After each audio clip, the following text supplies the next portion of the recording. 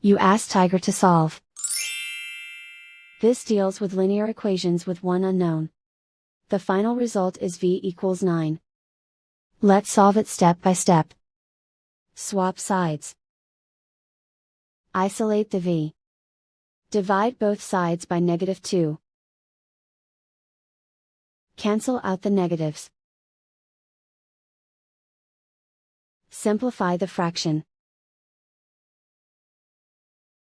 Cancel out the negatives.